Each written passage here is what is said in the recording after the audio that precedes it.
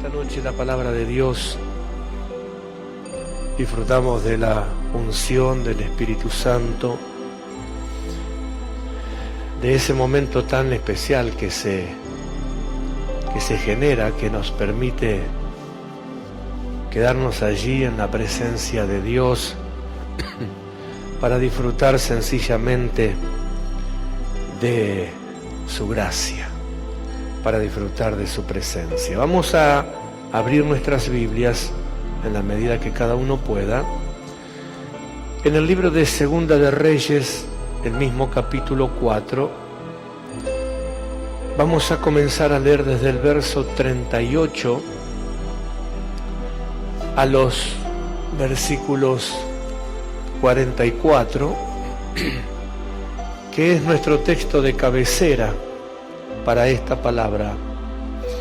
Hoy quiero continuar en tres especificaciones importantes que recibimos aquí con la predicación de esta misma palabra. Quiero tomarme un pequeño tiempo para hablar acerca de esas tres cosas importantes que Dios nos dio para comenzar este mes de agosto y así acompañarnos a lo largo de estos 5 meses que quedan en el calendario terrenal para finalizar este año. El verso 38 del capítulo 4 de Segunda de Reyes dice así: Eliseo volvió a Gilgal cuando había una gran hambre en la tierra. Y los hijos de los profetas estaban con él, por lo que dijo a su criado: pon una olla grande y haz potaje para los hijos de los profetas. Y salió uno al campo a recoger hierbas y halló una como parra montés, y de ella llenó su falda de calabazas silvestres y volvió y las cortó en la olla del potaje, pues no sabía lo que era. Después sirvió para que comieran los hombres, pero sucedió que comiendo ellos de aquel guisado gritaron diciendo: varón de Dios, hay muerte en esa olla, y no la pudieron comer. Entonces dijo: traed harina, y la esparció en la olla, y dijo: da a comer a la gente, y no hubo más mal en la olla. Vino entonces un hombre de Baal Salisa, el cual trajo al varón de Dios panes de primicias, 20 panes de cebada, y trigo nuevo en su espiga, y él dijo: da a la gente para que coma. Respondió su sirviente y le dijo: ¿cómo pondré esto delante de 100 hombres? Pero él volvió a decir: da a la gente para que coma, pues así ha dicho Jehová: comerá y sobrará. Entonces lo puso delante de ellos, y comieron, y les sobró conforme a la palabra de Jehová. Bien, lo que en esta noche quiero compartirles es lo que se desprende de la palabra que ya entregamos aquí, la reunión el fin de semana pasado. Dios nos habló del comienzo de un final de etapa y un comienzo para nuevo tiempo, para un nuevo espacio, marcándonos para nosotros el comienzo a partir del mes de agosto, de cosas que íbamos a estar viviendo, experimentando, para poder llevar adelante nuestro diario vivir, lo que tenemos que emprender, lo que tenemos que seguir haciendo, lo que tenemos que continuar realizando, que es nuestra cotidianeidad. Pero como el escenario donde nosotros nos movemos no es del mejor de los tiempos, no es el más cómodo, no es el escenario más agradable para desarrollar nuestra vida de fe, Dios nos marcó ese tiempo para que aún en medio de ese escenario que no es el más favorable, podamos entender que Dios ha caminado todo este tiempo con nosotros preparando ese plan, ese proyecto, para que en este tiempo dé a conocer las cosas que Él está por hacer. Dijimos en la predicación anterior que necesitamos traer a memoria el capítulo 11 de Éxodo, el verso 7, donde el Señor nos habló dijo allí por el comienzo de la pandemia, que en ese texto Dios dijo que Él iba a hacer distinción. ¿Recuerda ese pasaje?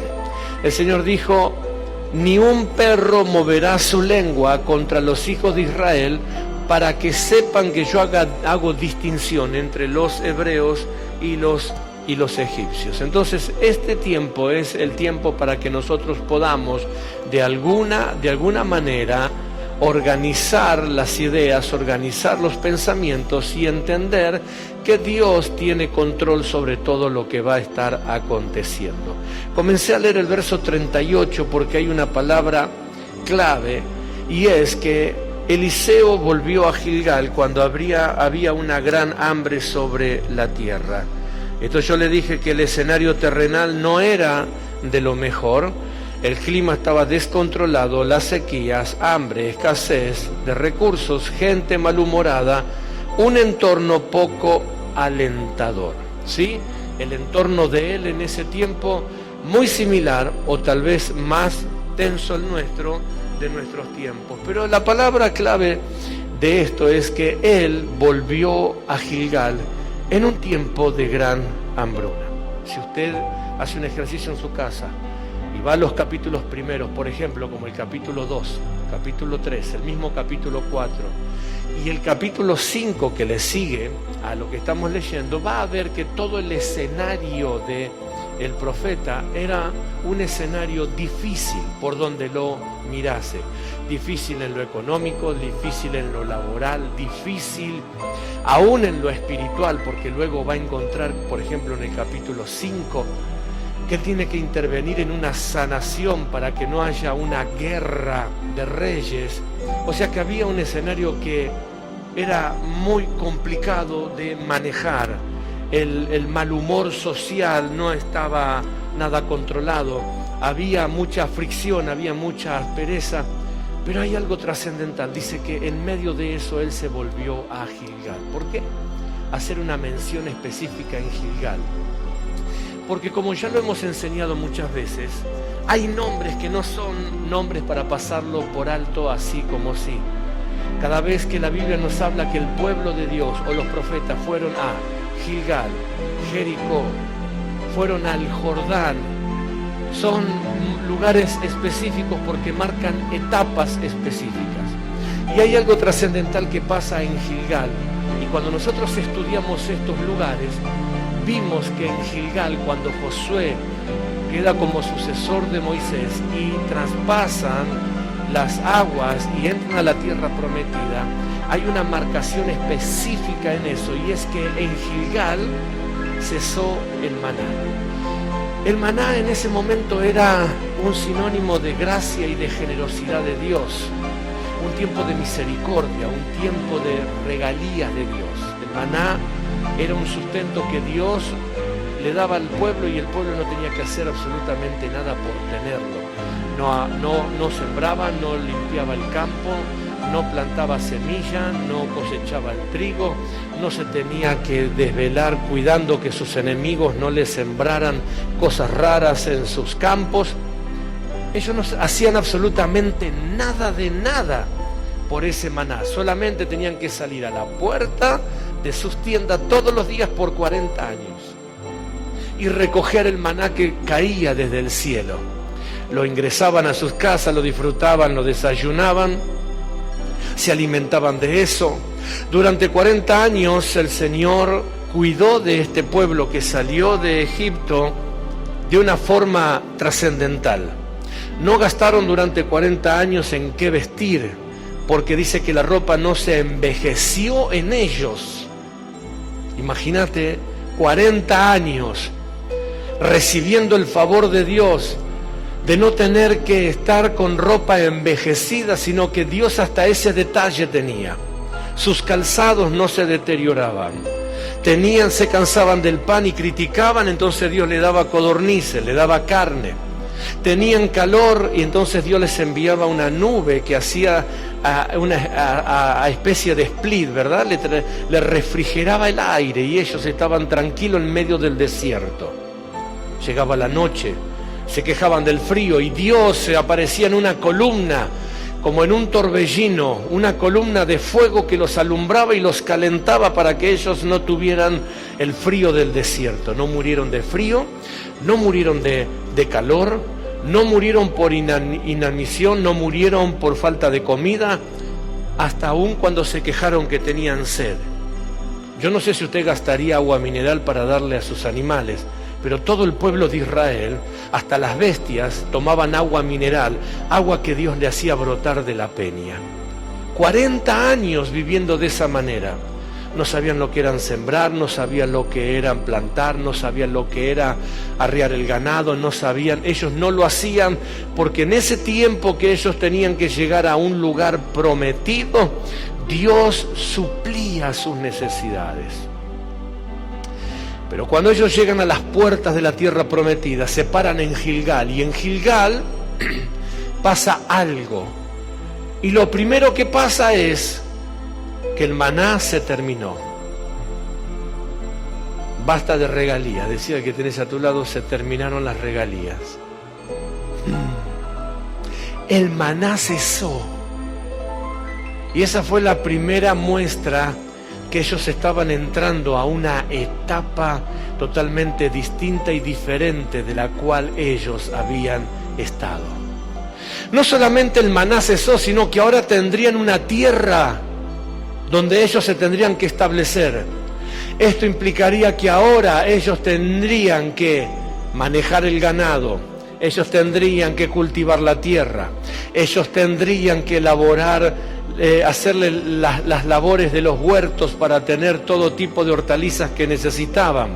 No es que la bendición se retiró, sino que ahora ellos estaban parados en una plataforma que demostraría su condición espiritual. Eso es Gilgal.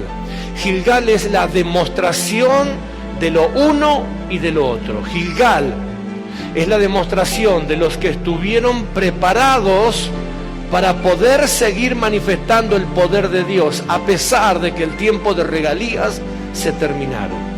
¿Por qué el profeta volvió a Gilgal cuando había una gran hambruna? Porque el propósito de Dios era usar al profeta, a su profeta, para transformar el entorno en el que él se estaba moviendo. Él tenía la capacidad.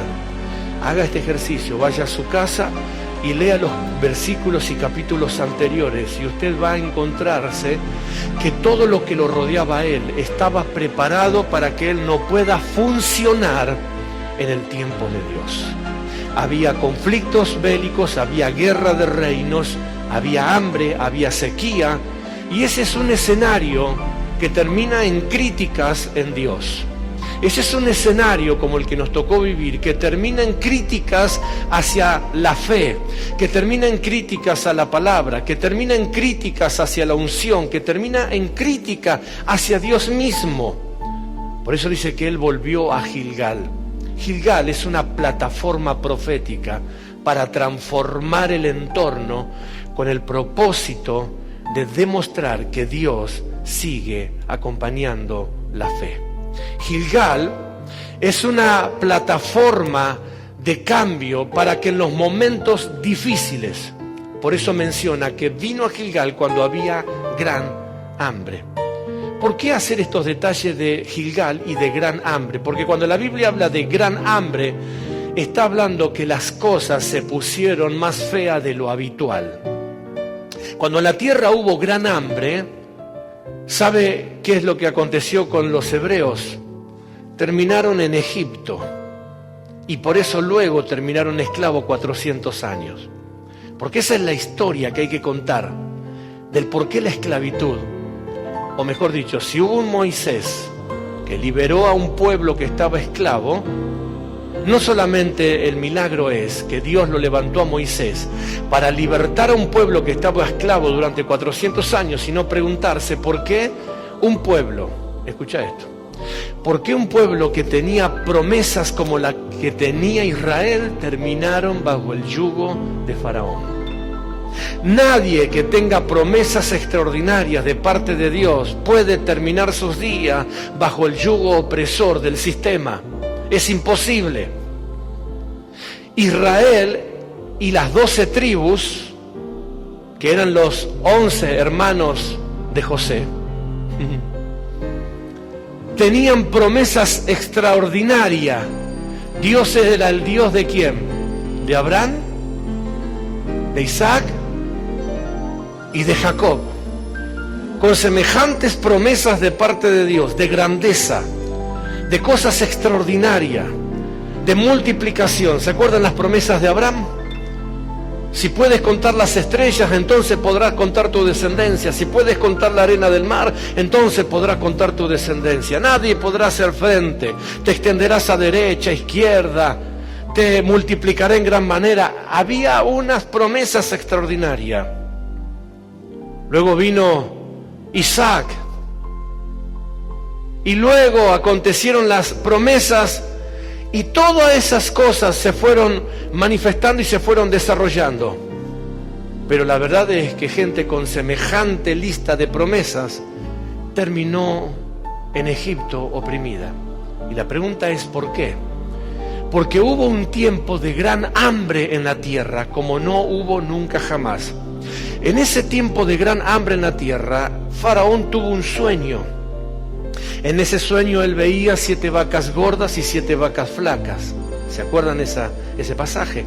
Entonces el rey no podía interpretar el sueño, llamó a sus magos, llamó a sus astrólogos y nadie se lo podía interpretar. Pero había un muchachito que estaba preso llamado José, el cual tenía revelación y él le interpretó los sueños. Y le dijo, oh rey, vienen 7 años de gran abundancia, vienen 7 años extraordinarios, pero luego vienen 7 años que van a ser terribles.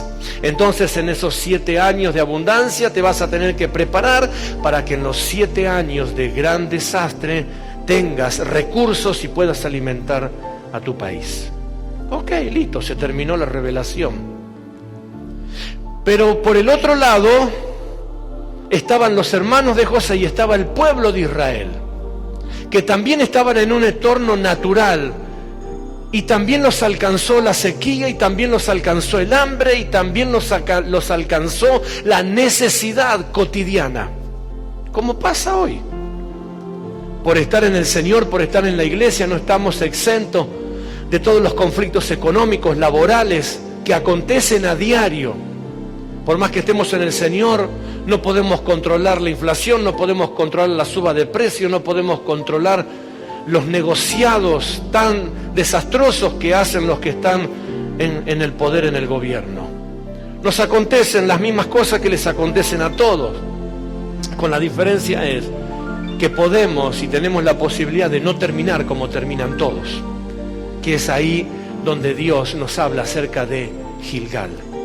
Entonces el pueblo de Israel comenzó a ver que empezó a haber escasez y se fueron acercando a Egipto. Porque en Egipto, ¿qué había? En Egipto había abundancia. Entonces ellos dijeron, bueno, vamos a acercarnos a Egipto y vamos a ir intercambiando con Egipto. El famoso trueque, ¿viste? Le das una harina, te dan un zapallo, le das una bufanda, te dan un gorro, etcétera, etcétera. Y empezaron a comercializar con Egipto. Mientras el hambre en la tierra era grande, ellos por estar cerca de Egipto iban zafando con los recursos de Egipto. Hasta que se terminaron por completo los recursos que ellos mismos tenían, porque ellos no producían. Ellos iban sacando de sus tesoros, ellos iban agotando sus ahorros. Es lo mismo más o menos que pasa hoy. Gente que tenía ahorros dice, no, estamos bien porque tengo un ahorro, pero cada vez te van subiendo más las cosas, y le echas mano a los ahorros, y llega un momento que voy a decir, no hay más. Se secó la cajita. Y ahí es cuando entonces la familia de José, junto con todo ese pueblo cargado de promesas de parte de Dios, le dijeron a Faraón, danos trigo, ¿a cambio de qué? Danos trigo a cambio de servidumbre. Porque como ellos ya no tenían otra cosa que ofrecer, y ahí Faraón los alimentaba pero los explotaba. Los alimentaba pero los explotaba. Y ellos estaban tranquilos, total, zafamos. En Egipto tenemos recursos. Y el tema era pensar que ellos eran una nación que estaban llenas de las promesas de Dios. ¿Cómo alguien que está lleno de las promesas de Dios puede terminar negociando con Egipto? Puede terminar negociando con Faraón. Lo peor de todo esto es que se murió ese Faraón que conocía a José. Y se murió José. Y vinieron los problemas. Se levantó otro Faraón y vio que el pueblo hebreo hizo un censo, ¿viste? Muy similar a los que vivimos nosotros. Y hubo un censo. A ver cuánta gente hay en la nación. Y cuando llegó el censo, se dieron cuenta que había más hebreos que egipcios. Y ahí ese Faraón nuevo, que no conocía a José, ni le importaba la relación del antiguo Faraón con José, ni le interesaba el Dios de José, dijo: hay que hacer algo con esta gente. No sea cosa que mañana los hebreos se aviven, se levanten contra nosotros y ellos nos sometan a nosotros. Y a partir de ese día, cuenta la historia en los primeros capítulos de Éxodo, que Faraón impuso carga pesada sobre los egipcios, sobre los hebreos, y los sojuzgaron, y los maltrataron, y los esclavizaron, y ahora los redujeron a servidumbre, y así estuvieron durante 400 años, hasta que Dios hizo todo el proceso de liberación con Moisés, y los sacó de la tierra prometida. ¿Me está comprendiendo? El punto es, ¿por qué gente con semejante nivel de promesas de Dios, de propósitos de Dios, de revelación de Dios, de planificación de Dios, porque Dios planificó el tiempo para su pueblo, hayan terminado negociando con Faraón? Por eso cuando la Biblia dice había una gran hambre, estamos hablando de un nivel muy elevado de definiciones y de decisiones que hay que tomar en esos momentos. El profeta se vino a Gilgal cuando en la tierra había una gran hambre. ¿Dispuesto a qué? ¿A negociar con el gobierno de turno o a manifestar el poder de Dios? ¿A qué vino a Gilgal el profeta? ¿A negociar con el gobierno de turno o a respaldar las promesas de Dios? ¿A qué vino el profeta a Gilgal? Y cuando nosotros empezamos a ver lo que aconteció en ese momento, nos damos cuenta que el profeta vino a Gilgal porque era el momento de demostrar que Dios no se había olvidado de sus promesas y que Dios no es hombre para mentir, ni hijo de hombre para arrepentirse, que las promesas de Dios son promesas de verdad, son sí, sí y amén. Y no hay forma de que eso no se cumpla, porque son promesas de Dios. Por eso Gilgal es una demostración de lo que es una cosa y de lo que es la otra. Gilgal es la exposición de la verdad y de la mentira. Gilgal es la exposición de la fe y de la incredulidad. Gilgal es la exposición de la unción y del entretenimiento.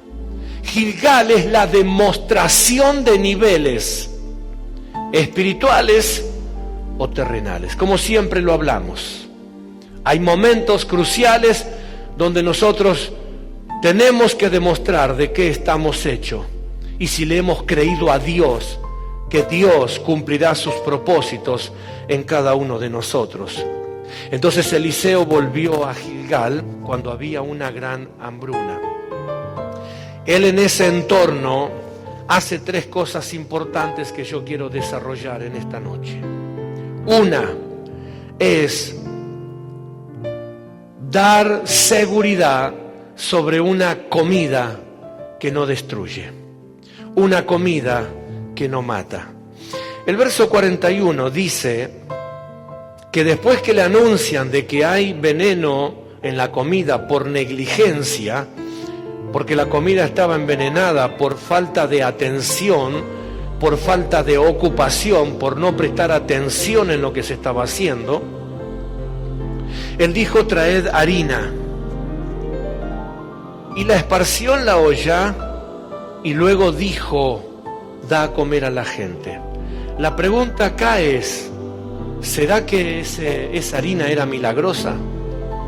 Estaría bueno para averiguar la marca, ¿no?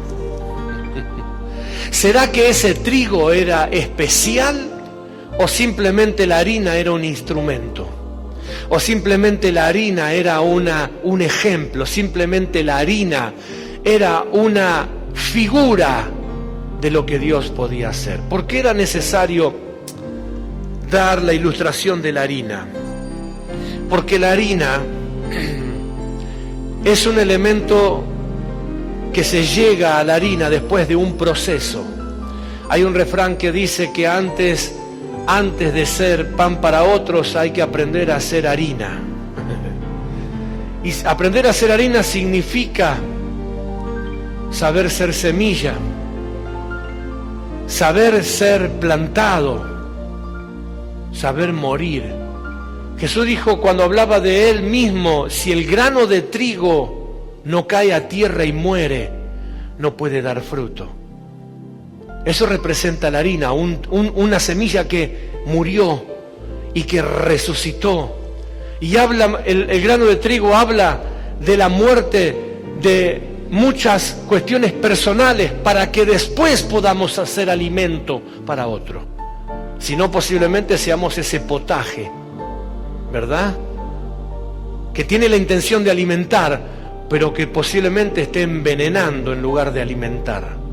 Yo ya di la explicación del trigo y la cizaña, que la cizaña es exactamente igual en forma y en desarrollo que el trigo, pero la verdad es que cuando se cosecha la cizaña y se hace la molienda y esa harina que sale se mezcla con la harina buena, lo que se elabora con esa harina es destructivo, porque la cizaña tiene la particularidad de envenenar, de contaminar.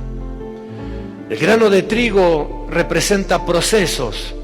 El grano de trigo, como en aquel entonces, era diferente al proceso de hoy, porque había que agarrar las gavillas, ¿verdad? Y las personas que trabajaban en el campo los ataban en atados y luego ponían un lienzo. ¿Y sabés qué hacían con las espigas de trigo? ¿Ah? Las ponían sobre el lienzo y con un garrote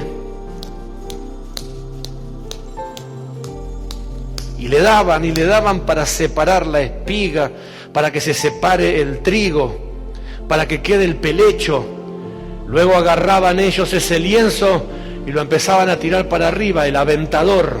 Son todas las cosas que habla la Biblia cuando dice que los ángeles están con el aventador en la mano, están haciendo eso, ¿me entendés? Se están sacudiendo. Entonces lo único que queda en el lienzo es lo pesado, que es el grano. Lo otro se lo lleva el viento, el espele, la varita del trigo. Todo eso se va separando. Luego lo pasan por una zaranda nuevamente y sacan lo más fino de lo más fino, hasta que por último queda el granito de trigo. Y ese granito de trigo va a una piedra que empieza a moler, y empieza a moler, y empieza a moler, y de ahí sale la harina. Por eso se llama proceso, ¿verdad? El profeta dice: tráeme harina. ¿Qué estaba pidiendo? ¿Un polvo mágico tal vez? No. Él estaba hablando acerca de que él había atravesado un lineamiento de procesos y que contaba con un respaldo que podía oponerse a lo que en ese momento estaba aconteciendo.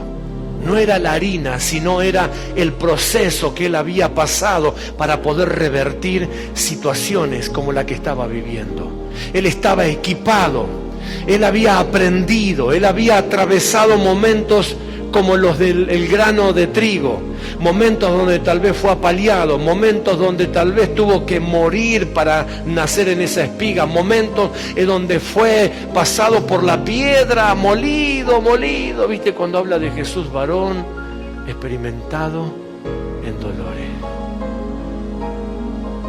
Molido fue por nuestras rebeliones, herido, molido por nuestros pecados.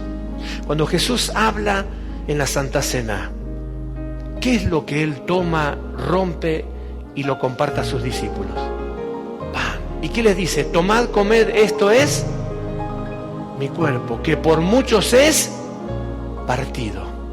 Él está hablando de eso, no está hablando del pan en sí, está hablando de la capacidad, de ese proceso que Él tuvo que atravesar, de ese proceso que Él tuvo que experimentar, de ese proceso que Él tuvo que vivir, para que entonces en ese momento elevado de confrontación, Él no se quiebre, sino marque la diferencia.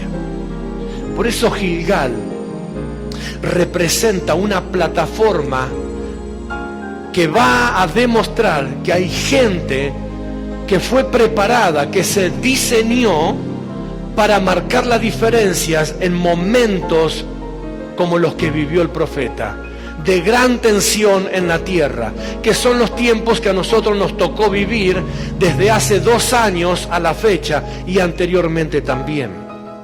Porque todas estas cosas que hemos vivido y que nos ha acontecido, no fue otra cosa que un escenario que puso dificultad al desarrollo de la fe. Los momentos de no poder congregarse porque los decretos decían iglesia cerrada. Muchos creyentes perdieron la fe, se enfriaron, bajaron los brazos. ¿Por qué? Porque no se podían congregar. ¿Y que acaso el congregarse era la salvación? No. Lo que pasa es que el tiempo de iglesia, el tiempo de cielos abiertos, no lo utilizaron para la preparación de ese proceso. Los tiempos donde no se podía sembrar, donde no se podía abrir el culto a consagrar finanzas.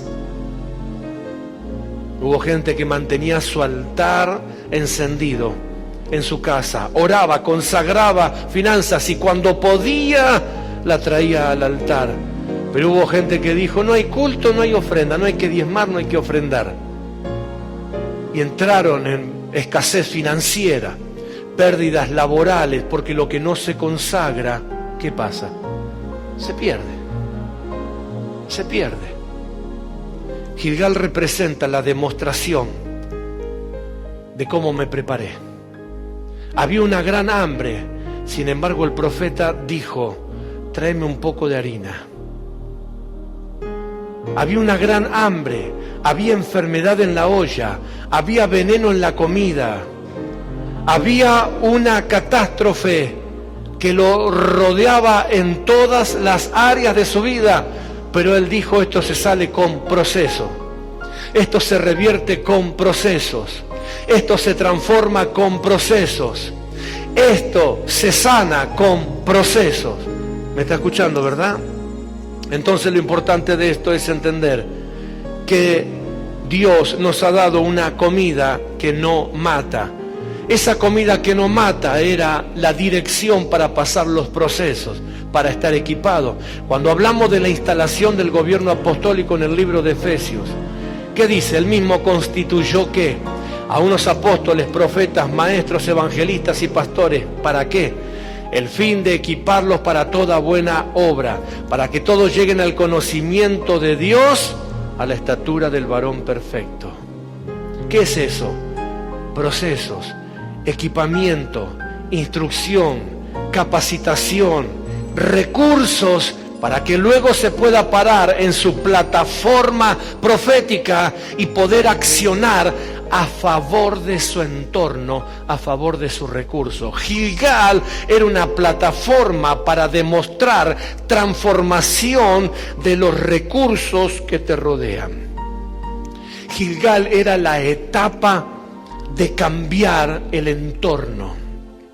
Pero es más fácil ir a negociar con Faraón. Es más fácil ir a negociar con Egipto. Es más fácil ir a buscar recursos, para que se entienda, en el mundo, que no plantarse y creer que Dios no va a fallar. Eso es Egipto. Egipto es no negociar con lo fácil.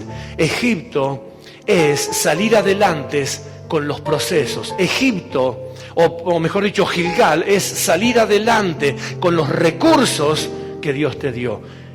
Gilgal es utilizar las formas que Dios te ha dado para que tu entorno sea transformado. Eso es Gilgal. Gilgal no es un lugar para avergonzarse. Gilgal no es un lugar para temer. Gilgal no es un lugar para esconderse. Gilgal es una plataforma de demostración. Entonces, si usted lee lo que le acabo de decir esta noche, en los versículos anteriores, había un hombre que estaba, por ejemplo, leproso, y un rey, que era el rey sirio, manda a su sirviente, porque era bueno y lo quería sanar, lo manda a Israel. Y le manda una carta al rey de Israel y le dice que lo reciba y que lo sane de su lepra. ¿Por qué? Porque una criada que estaba en Siria le dice al rey que en el campamento de Israel había un hombre llamado Eliseo que era profeta de Dios. Entonces la criada le dice al rey sirio que lo mande a Naamán porque el profeta lo puede sanar. Entonces el rey sirio le manda una carta al rey de Israel y le dice que lo reciba y que lo sane de su lepra.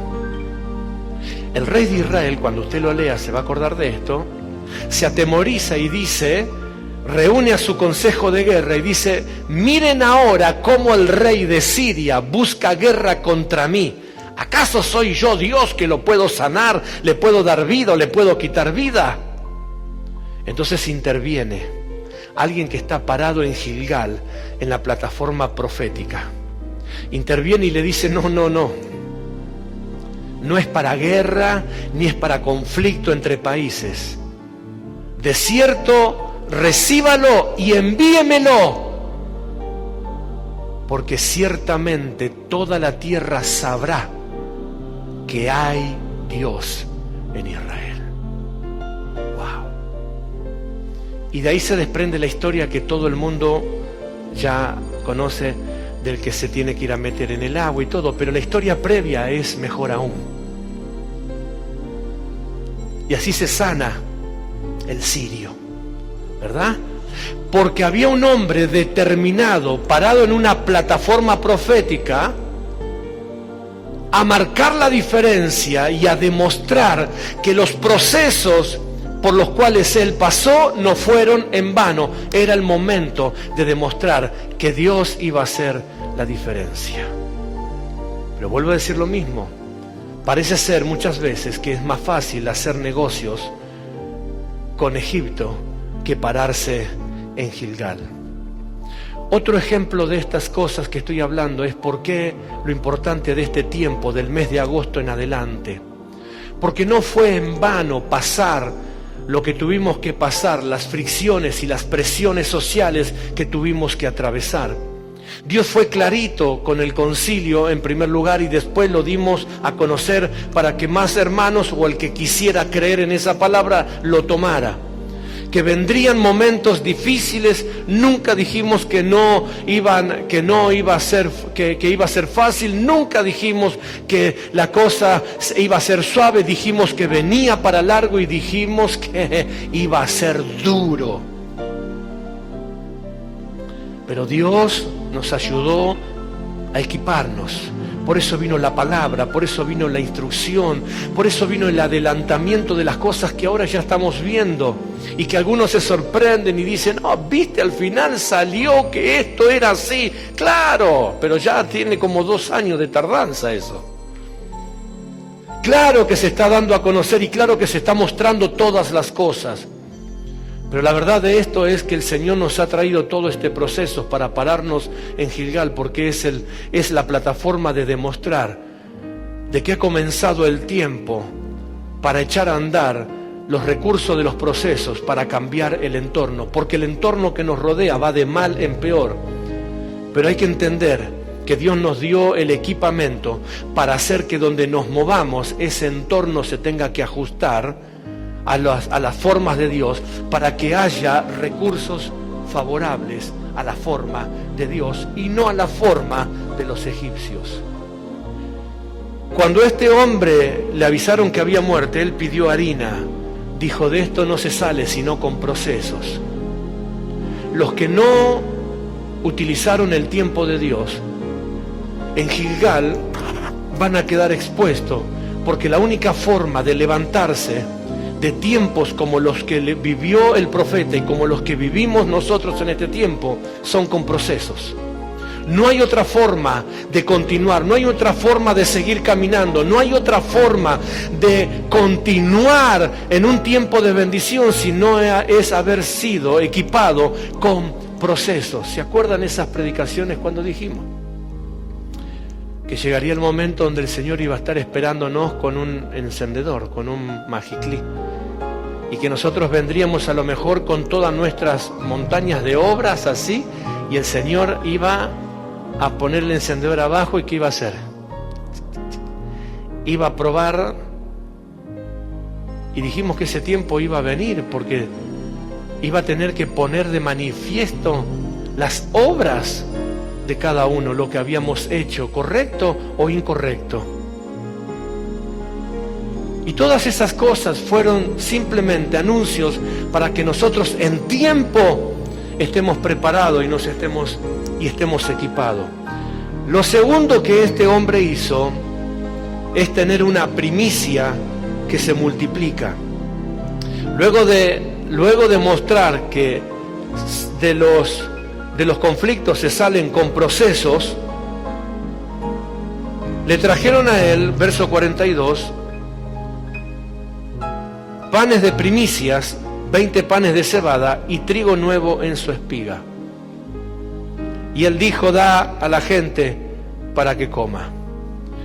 Quiero hablar acerca de esa primicia que se multiplica, porque es lo que Dios anunció que va a acontecer en los meses venideros.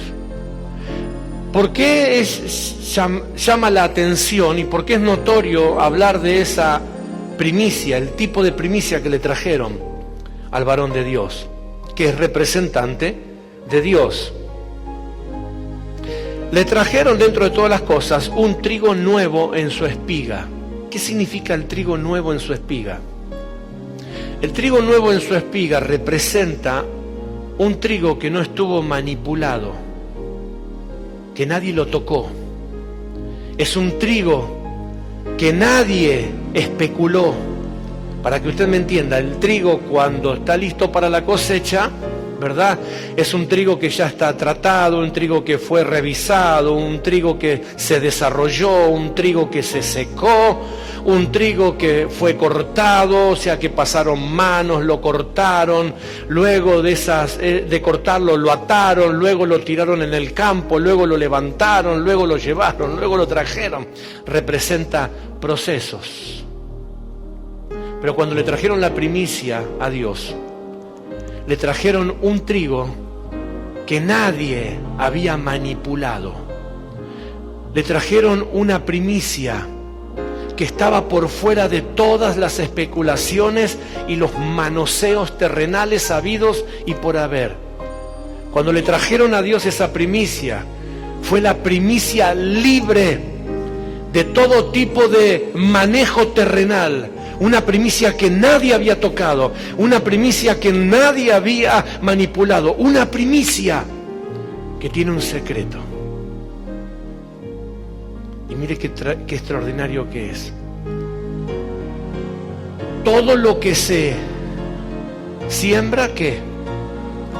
Se cosecha.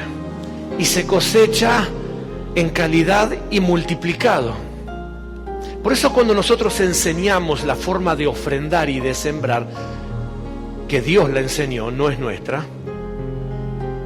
Hablamos conforme a la palabra, y que cuando en aquel entonces traían las ofrendas, ¿cómo eran las ofrendas? En especie. Entonces cuando se traía, por ejemplo, un cordero, ¿cuál traían? ¿El que les sobraba o traían el mejor? ¿Ah? Traían el mejor. Y dentro de la lista de la ofrenda decía que no tenía que ser ni tuerto, no tenía que estar ni quebrado, ni magullado, ni moreteado, porque eso era lo que ellos luego iban a cosechar multiplicado por 1000. Imagínate, sembraban una oveja piojosa, garrapatuda, tuerta, renga, machucada. Eso representaría que después iban a cosechar 1000 más como esa, porque lo que siembra se cosecha multiplicado por 1000. O sea que a lo mejor en la ofrenda decía, bueno, me saco esta, que es la que más podrida está en el ganado, era la única, se la daba a Dios, pero después le venían 1000 más de esa. O sea, en lugar de sacarse un problema, se traía 1000 problemas más. ¿Me está entendiendo? Nuestros tiempos cambiaron, porque nosotros ninguno ofrendamos ni sembramos en especie. Pero tenemos que no equivocarnos, que Dios no cambió. Dios sigue siendo el mismo. Nosotros cambiamos, los tiempos cambiaron, porque no traemos ni animales, ni traemos especies, ni traemos olivo, ni traemos aceite, ni traemos todo lo que ellos hacían. Cambiaron los tiempos, cambiaron las personas, pero Dios no cambió, Dios sigue siendo el mismo. ¿Y usted cree que si en aquel entonces no toleraba un cordero perniquebrado, va a tolerar hoy un billete destruido, o una finanza malavida, o una finanza malversada, o una finanza que no sea correcta delante de Dios? No. Por eso cuando Jesús enseñó acerca de las ofrendas, dijo, antes de ofrendar, debía hacer algunos análisis, no de laboratorio, personales. Porque Jesús le dijo, ¿qué es más importante, la ofrenda o el altar que consagra la ofrenda? Jesús le estaba diciendo estas cosas al pueblo. Cuando vengan a ofrendar, traten de hacerlo de la mejor manera, no por el billete o no por el animal, sino la condición. Diga conmigo, condición. Condición. Porque la condición es la que modifica las cosas. ¿Por qué cree que también habla de la ofrenda que entregó Caín y de la ofrenda que entregó Abel? Cuando la Biblia nos enseña la historia de Caín y Abel, nos habla de que la ofrenda de Abel hablaba mejor que la de Caín. No dice la ofrenda, esta es mejor que aquella. Dice, y Dios miró con agrado a Abel y su ofrenda. ¿Qué está primero, la ofrenda o la persona? La persona. Dios miró con agrado, pero no miró con agrado la ofrenda de Caín y su ofrenda. ¿Por qué? Porque Abel, a diferencia de su hermano, le daba a Dios lo mejor y Caín le daba lo que sobraba. Y cuando Dios lo bendijo a Abel, la típica, ¿qué pasó? En lugar de mejorar Caín, se enojó y lo terminó matando a su hermano. Los tiempos cambiaron, la gente cambió, Dios sigue siendo el mismo. Dios sigue siendo el mismo. Ahora este profeta tenía una primicia que no se detiene, una primicia que se multiplica. ¿Y en qué se basa la promesa de que una primicia que se multiplica? Porque le trajeron una primicia de trigo, mire cómo dice específicamente, de trigo nuevo en su espiga. Esto es, que le trajeron una primicia que se iba a seguir desarrollando.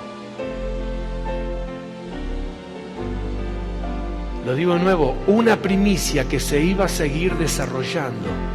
¿Qué implica esto? Implica que todas las especulaciones de cosecha quedaron cortas a lo que Dios realmente va a soltar. Esa primicia de trigo nuevo en su espiga representa que era una semilla que todavía tenía más potencial, pero ese potencial extra no estaba en la mano de los que trabajaban el campo, no estaba en la mano de los especuladores, no estaba en la mano de los perversos, no estaba en la mano de los envidiosos. Esa semilla que todavía se tenía que desarrollar, ¿sabe dónde estaba ahora? En las manos de Dios, porque ya se había consagrado. Esto significaba que lo que iba a venir extra, lo que faltaba para desarrollar de esa espiga, nadie, absolutamente nadie, la iba a poder tocar, la iba a poder ensuciar, la iba a poder maldecir, porque ahora estaba en el mejor, en la mejor caja fuerte, que era las manos de Dios. Porque para tocar las cosas que Dios tiene en sus manos, hay que levantarse en guerra contra Dios. Y no he visto nunca en toda la historia quien se haya levantado en guerra contra Dios, a Dios le haya ganado. Por eso la espiga nueva, el trigo nuevo en su espiga representaba: le estoy entregando a Dios una ofrenda que lo que viene no lo va a poder impedir nadie, que lo que va a soltarse no hay ministro de economía, ni pactos gubernamentales, ni tratados internacionales que pueda acortar mi tiempo de bendición.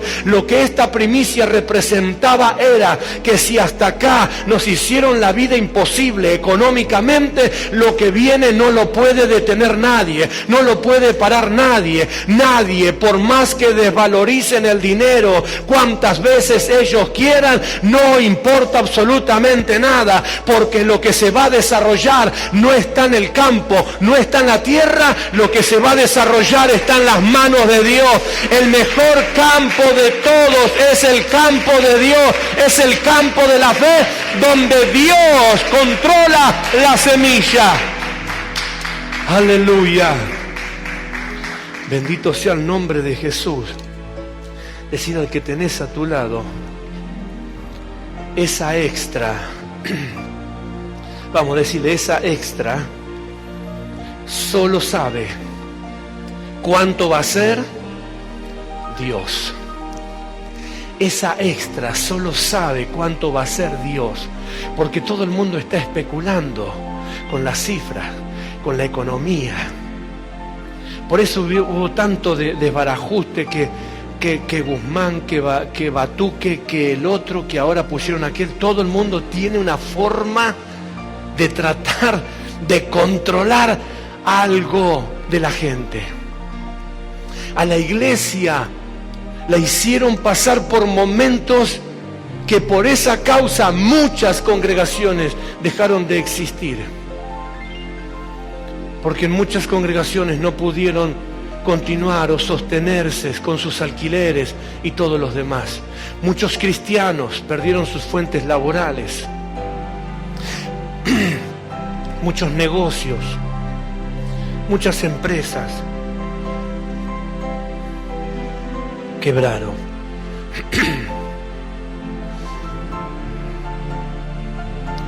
Cuando nosotros, en medio de los conflictos mayormente económicos, que son los que más golpean a las sociedades,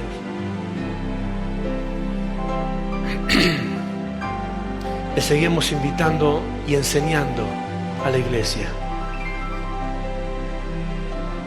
que haga su altar personal, su altar familiar, y consagre sus finanzas, y aparte sus diezmos, y guarde sus pactos, sus primicias, sus ofrendas. Era porque representaba eso: darle a Dios un trigo nuevo en su espiga. Ese trigo nuevo en su espiga representaba, primero, un trigo que nadie manipuló, porque todavía no estaba apto para la cosecha, pero que se iba a terminar de desarrollar en las manos de Dios. Esa primicia que se multiplica representa que cuando vos consagrás o consagraste en fe tus finanzas. Era ese trigo nuevo que, ¿sabes qué? Todavía, naturalmente, no tiene opciones que se desarrolle, porque ese trigo, en tu entorno natural, con tanto desequilibrio fiscal y financiero, parece ser que cuando Dios te bendiga, no te alcanza, porque la inflación es tan grande. Pero eso representa el trigo nuevo en la espiga. Significa que cuando Dios te suelte la bendición, no va a ser equitativa a la inflación, sino que va a estar por encima. Esa es la forma de marcar la diferencia. ¿Cómo hace en este tiempo para no detenerse en lo que está haciendo? ¿Cómo se sostiene? ¿Cómo continúa? ¿Cómo banca su negocio? ¿Cómo banca su empresa? ¿Cómo sigue comprando o cómo sigue vendiendo? El secreto está que no tengo una semilla vencida. Le he dado a Dios un trigo nuevo en su espiga. Esto es, que la semilla que yo le di a Dios tenía un porcentaje de desarrollo. Y ese desarrollo, Dios la escondió de los especuladores. La tiene papá. Decirle que tenés a tu lado, esa semilla que estoy esperando, la tiene papá. Y viene con aumento. ¿Está escuchando? Una primicia que se multiplica.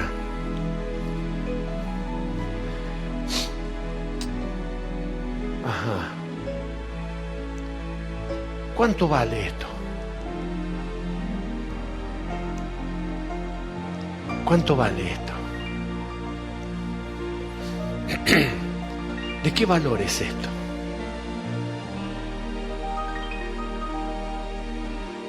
¿Sabe? Usted no lo va a decir, no lo diga así, no peca, no se siente mal. Déjemelo a mí. ¿Sabe cuánto vale esto?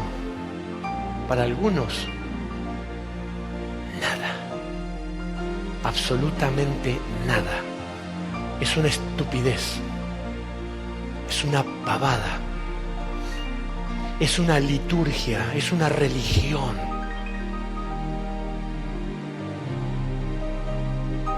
Es como sería.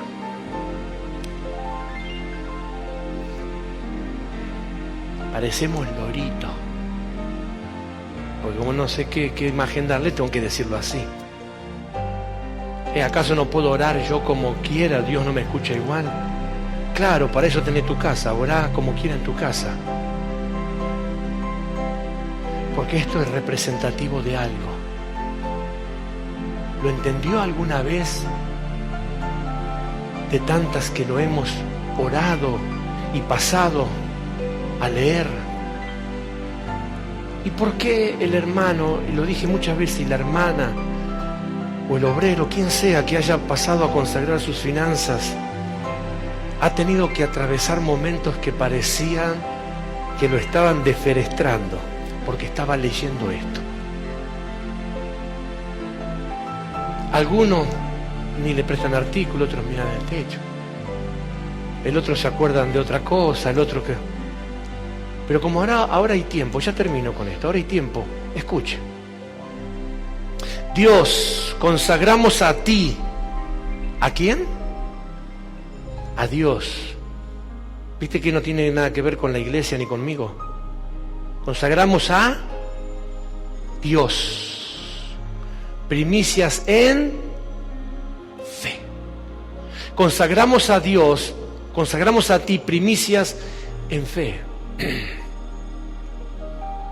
No es plata, no es materia. Consagro creyéndole a Dios que lo estoy haciendo en fe.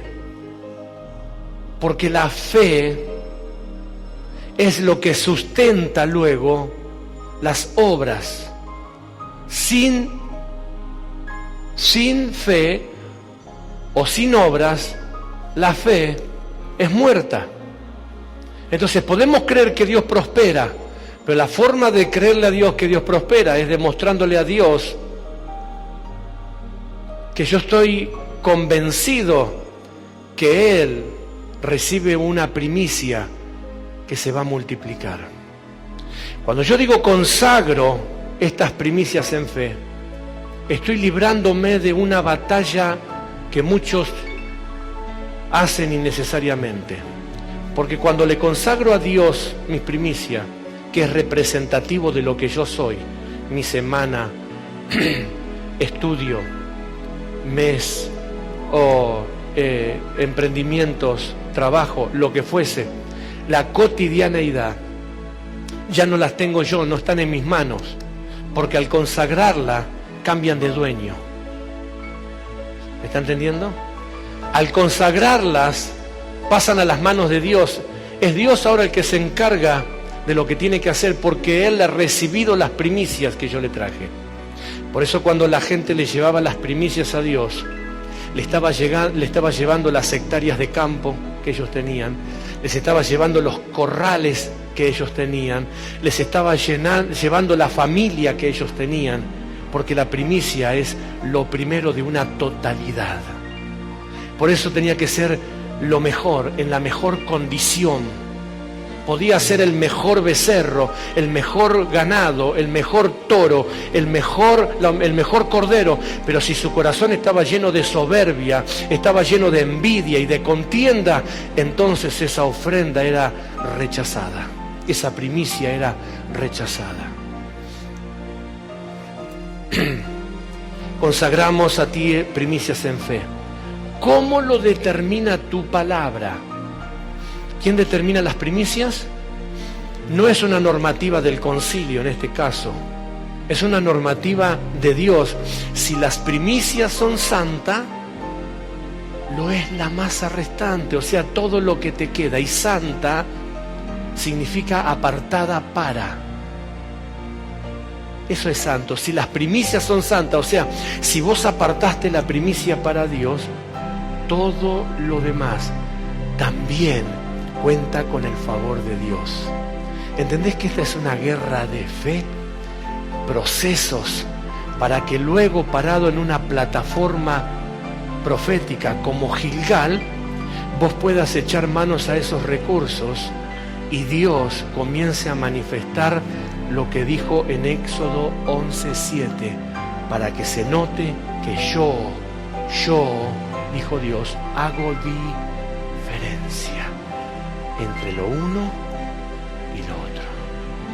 La única forma de marcar esa diferencia que tiene Dios es cuando cuenta con gente que ha pasado los procesos. Consagramos como lo determina su palabra, y nosotros nos paramos sobre estas tus promesas. ¿Sobre dónde estás parado vos cuando consagrás? Gilgal, una plataforma para transformar el entorno que te rodea. Eso significa nos paramos sobre estas promesas. Las promesas que Dios ha dado de acompañarte, de bendecirte, de que si son vientos contrarios, los vientos contrarios se vuelvan favorables. ¿Qué es prosperidad? ¿Se acuerdan tantas veces he enseñado?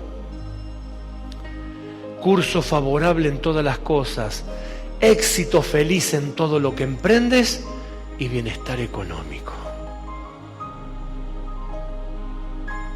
Ahí me paro. Yo esta no me la esperaba.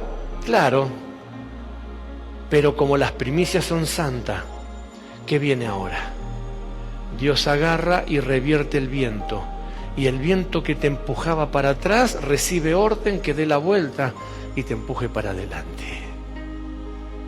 Parado sobre esas promesas, parado sobre esas promesas, declarando que si las primicias son entregadas a ti, todo lo restante está en bendición, y así lo creemos. 2.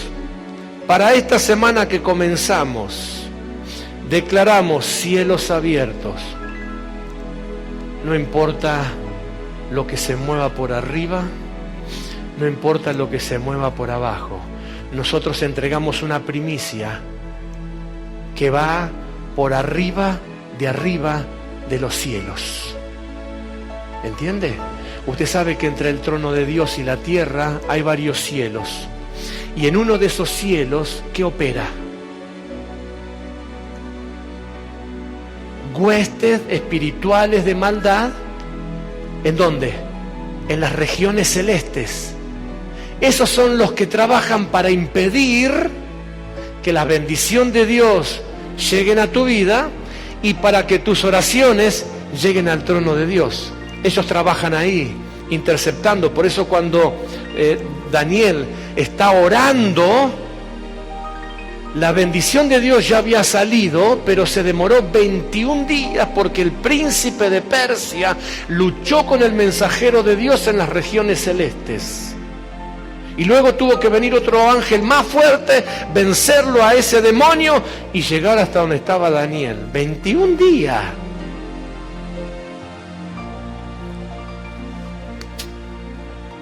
Wow.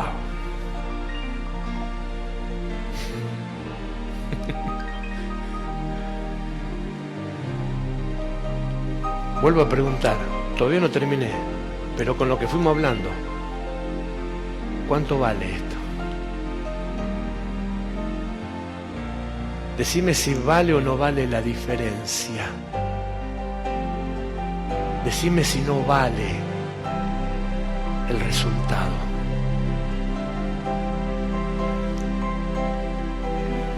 Tenemos una primicia que pasa las barreras celestiales y va al trono de Dios. Declaramos cielos abiertos, cielos, el primero, el segundo, el tercero, los que haya, todos los que haya, diga conmigo todos los que haya, se tienen que abrir. Porque si mi primicia va al trono de Dios, del trono de Dios tiene que bajar la bendición, o sea que tiene que traspasar todos los cielos. Por eso es importante que la primicia sea correctamente consagrada. Procesos. Declaramos cielos abiertos, decretamos una semana de éxito y en todo lo que emprendemos desatamos curso favorable. Wow. En todo lo que emprendemos. Claro, pero no estamos en un entorno favorable. No importa, en todo lo que emprendemos, curso favorable. El entorno que tenía el profeta no era favorable, había gran hambruna en la tierra. Pero él estaba parado en una plataforma profética, curso favorable en todas las cosas. El aceite de la viuda se le multiplicó, el leproso Naamán se sanó, el aceite de la vasija no escaseó. ¿Está entendiendo lo que estoy hablando? El entorno, si usted lee estos capítulos, el entorno era un entorno desastroso, pero él estaba parado en una plataforma profética, él estaba parado en una plataforma de bendición. Entonces Dios estaba obligado, donde él estaba parado, a transformar su entorno, curso favorable en todo lo que emprendas. Sigo bien rápido. 3. Dios, bendecimos a los que, a los que tienen comercios. Desatamos mente empresarial, salud para los negocios. Declaramos bajo bendición a los que manufacturan, los que transportan, los contratistas, constructores, los que estudian. A cada ama de casa, padre de familia, toda primicia apartada para ti, añade bendición. Imagínate esto, pensalo. En tu casa tenés un emprendimiento, una ama de casa, un padre de familia, uno que está estudiando, uno que transporta, un contratista o un constructor.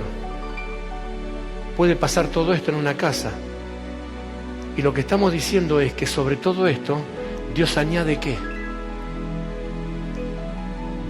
Decime si tu casa no puede estar próspera.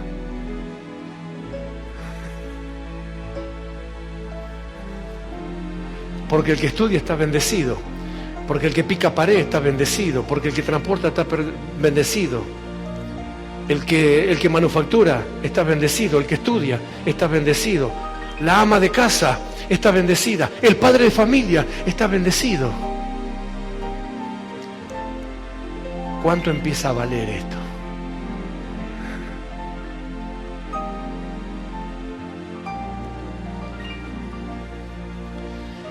Declaramos para esta semana salud física, espiritual, mental, salud económica, y en el nombre de Jesús, Dios tú reprendes y expulsas de nuestro entorno,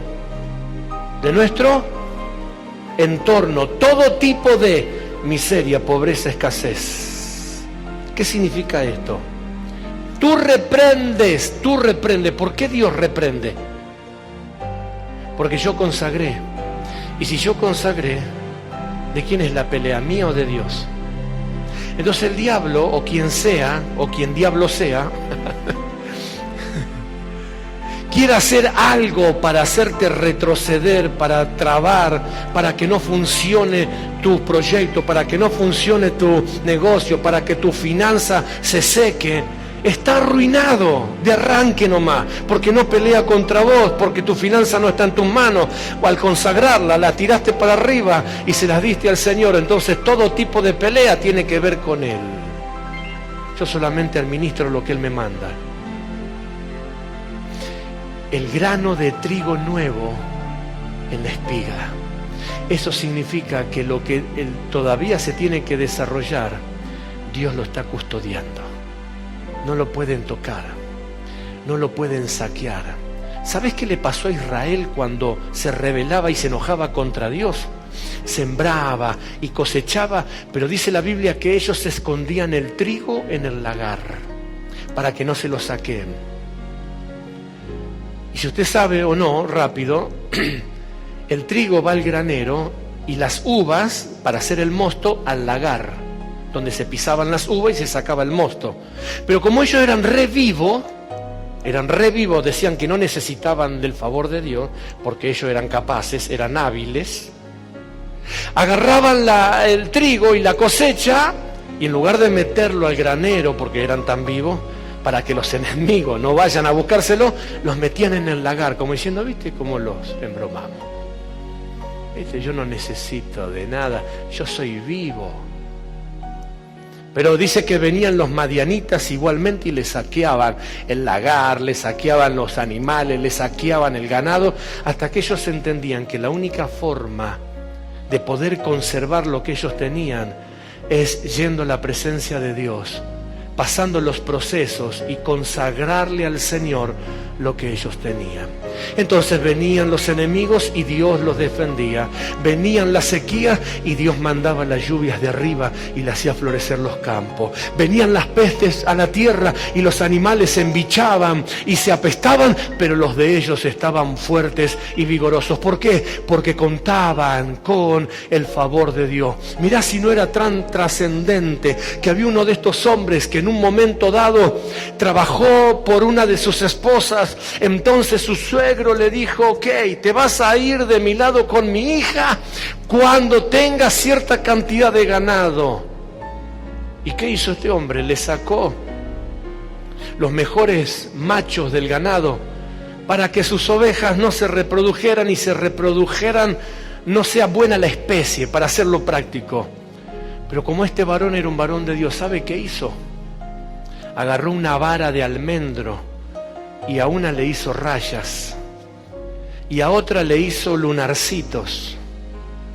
Y dice que cuando venían las ovejas al abrevadero a reproducirse, él le ponía la vara delante y las ovejas parían de acuerdo a la visión de la vara.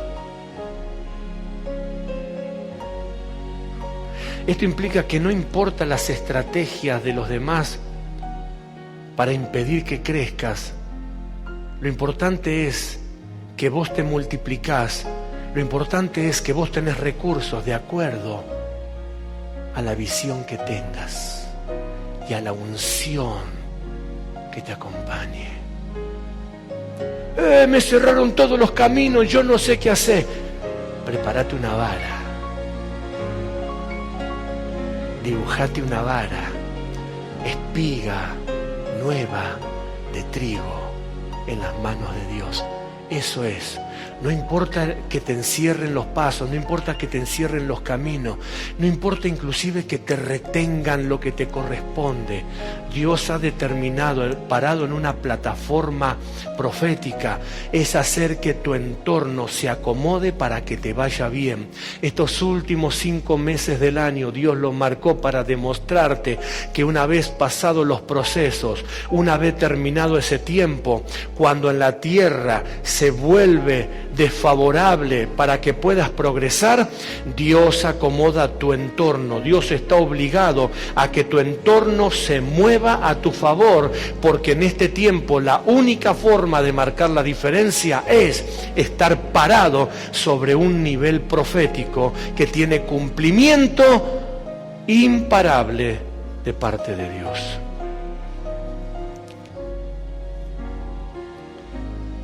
Por último, una palabra que no es de hombre.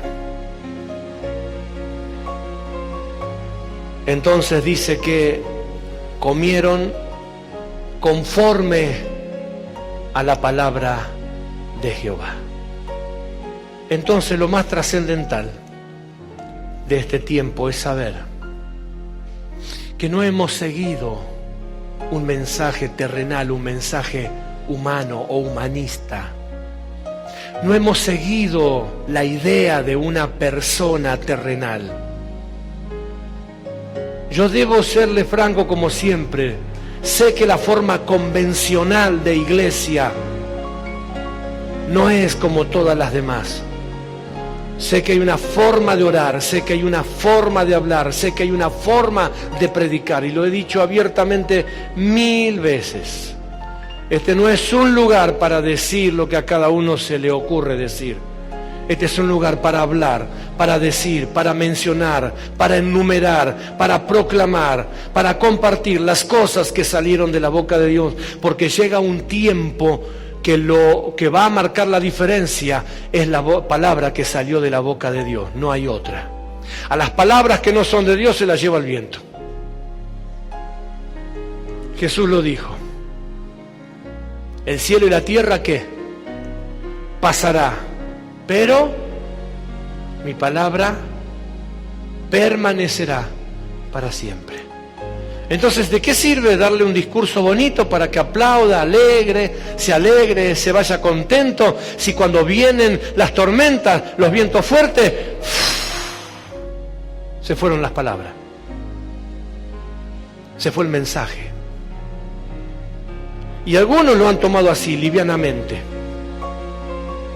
Bueno, es la decisión de cada uno. Pero ¿por qué insistir? Lleva algo de 17 años, poco más, 18. 18 años este modelo de oración. 18 años. Y yo se los dije desde el primer momento, cuando había que empezar la obra, nuestra oración fue: Señor, ¿qué querés que hagamos? ¿Qué tenemos que hacer? ¿Cómo lo tenemos que hacer? Sé que nada es convencional. Convencional quiero decir en comparación o no en comparación, repetitivo de otro o la misma forma de otro. Sé que muchas de las cosas son totalmente antagónicas, son diferentes en todas las formas y las maneras. Pero no ha dejado de 18 años de ser esto criticado o desatendido o desalentado o no entendido, pero la verdad es que esto no está escrito, sacado de ningún libro. Búsquelo en cualquier libro de teología que se le ocurra. Todo está en internet ahora, todo está en línea, búsquelo, salvo que alguien lo haya copiado de acá. Pero cuando escribimos estas oraciones, previa oración le preguntamos a Dios, ¿cómo teníamos que hacer? Señor, enséñanos qué tenemos que hacer. Y cada cosa que está declarada porque está guiada por Dios para que añada una bendición, tiene un propósito, es una plataforma profética, es un Gilgal que solamente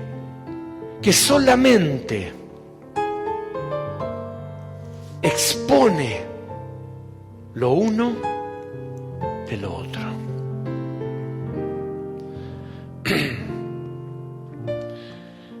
El Señor nos enseñó en estos 2 años. ¿Se acuerda el mensaje? Vaya a YouTube.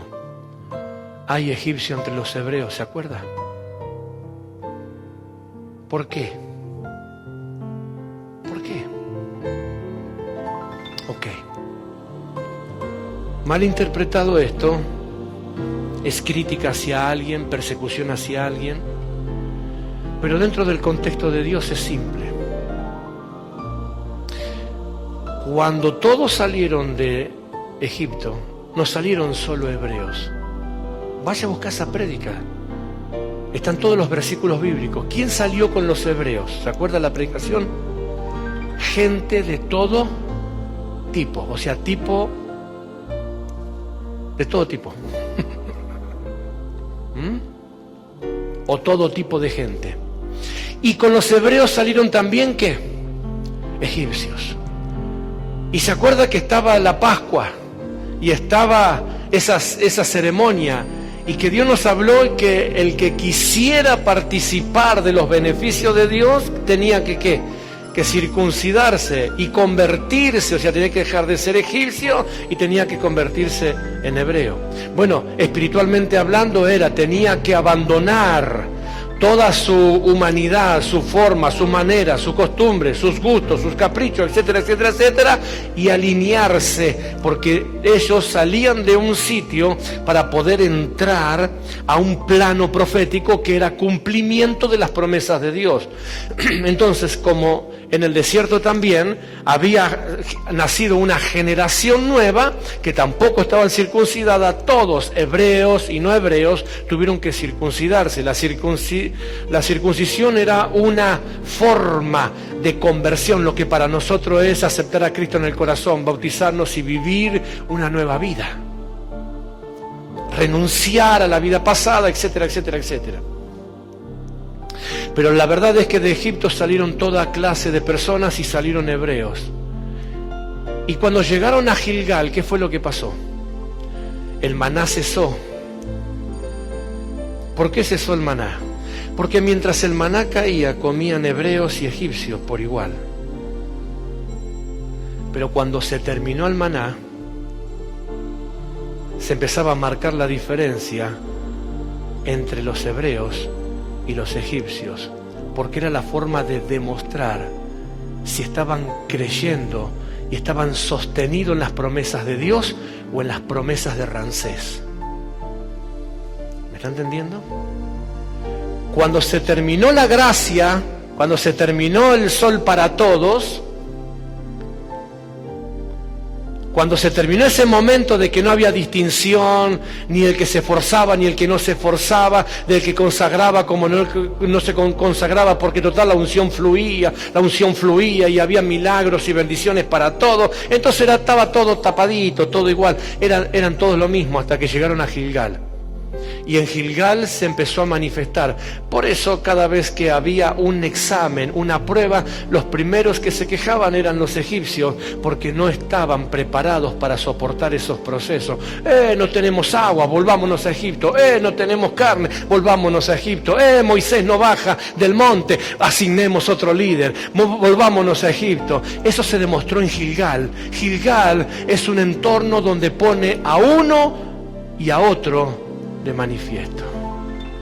Antes de estos 2 años parecía como que la tierra estaba inundada de creyentes, todo el mundo era de fe, todo el mundo era extraordinario, todo el mundo prosperaba, todo el mundo, gloria a Dios, el Señor ya viene cerca, porque mira cuánta cantidad de creyentes que hay.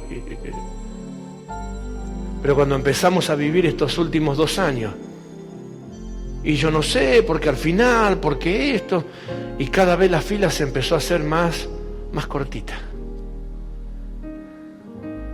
Empezaron a cesar los aplausos, empezaron a cesar los gritos, las alabanzas, el jolgorio. Gilgal. En Gilgal se demuestra de qué estás hecho. En Gilgal se demuestra ese proceso que pasaste, porque en Gilgal había que bendecir la tierra, porque en Gilgal había que bendecir los corrales, porque en Gilgal había que bendecir las aguas, porque en Gilgal había que creerle a Dios que en medio de un entorno desastroso, Dios no se olvidaría de su pueblo. Por eso el profeta volvió a Gilgal, porque en Gilgal él podía demostrar que era un varón de Dios. Él en Gilgal podía demostrar que había pasado los procesos espirituales, que había soportado la prueba, que le había creído a Dios.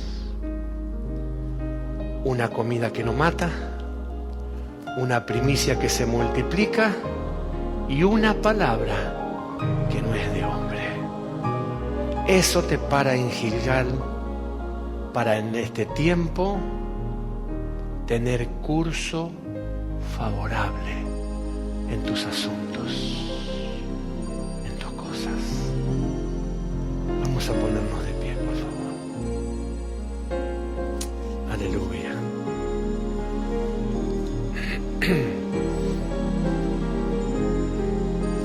¿Sabe?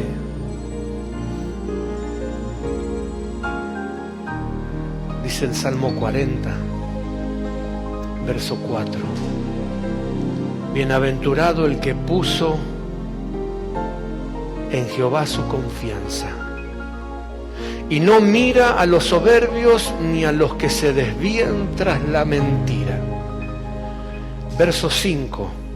Has aumentado, oh Jehová, Dios mío, tus maravillas y tus pensamientos para con nosotros. No es posible contar ante ti. Si yo enumerare y hablare de ellos, no pueden ser enumeradas. Eso es Gilgal. Has aumentado, oh Dios, tus maravillas de tal forma que no pueden ser enumeradas. Esa es la diferencia. Esa es la diferencia. Las plagas duraron tantos años. ¿Por qué? Porque cuando venía una plaga, el faraón soberbio quería igualar el poder de Dios y decirle: ¿viste, Moisés, que mis sabios hacen los mismos milagros que tu Dios? Y Dios le dijo: ¿en serio? ¿En serio? Ok. A ver cómo te responden tus sabios ahora con las próximas 7 plagas. Y de tal forma fue la vergüenza de Faraón, que nunca tuvo la forma de igualar el poder de Dios con la viveza criolla. Porque Dios no puede ser burlado. Y Dios le dijo: ok, a Moisés, después de la 3ª plaga, ahora entonces esta gente sabrá que yo te he enviado. Y de ahí empezó Faraón a enloquecerse, porque no podía igualar el poder de Dios, porque no podía contrarrestar el poder de Dios. Esa es la plataforma profética, eso es Gilgal. Estos 5 meses son para que vos puedas demostrar que lo que otros con alguna avivada igualaron a lo que Dios te dé, porque yo sé lo que ha pasado. A muchos de ustedes lo han hecho sentir mal, porque inclusive le han demostrado de que ellos han estado inclusive mejor que ustedes, o con salidas o con respuestas. Y hay gente que se ha sentido muy triste en todo este tiempo. Pero Dios tiene un tiempo, Dios tiene un Gilgal. Y ese Gilgal son estos 5 meses, donde no importa lo que hagan, no van a quedar por encima de Dios. No importa de la forma que lo intenten, no importa cuán rápido corran, no van a llegar antes que Dios. Estos 5 meses que faltan para terminar del año son nuestro Gilgal. Ese Gilgal para que Dios haga contigo algo distinto, algo diferente que no lo van a poder igualar. que no lo van a poder copiar, que no lo van a poder disminuir. Porque recordá esto, tal vez no te diste cuenta, pero le diste a Dios una semilla que se tenía que desarrollar. Y esa está en las manitos de Dios. Ahí se está desarrollando. Ahí se está desarrollando. Y estos 5 meses el Señor te va a decir, acá está la semillita que me diste que guardara.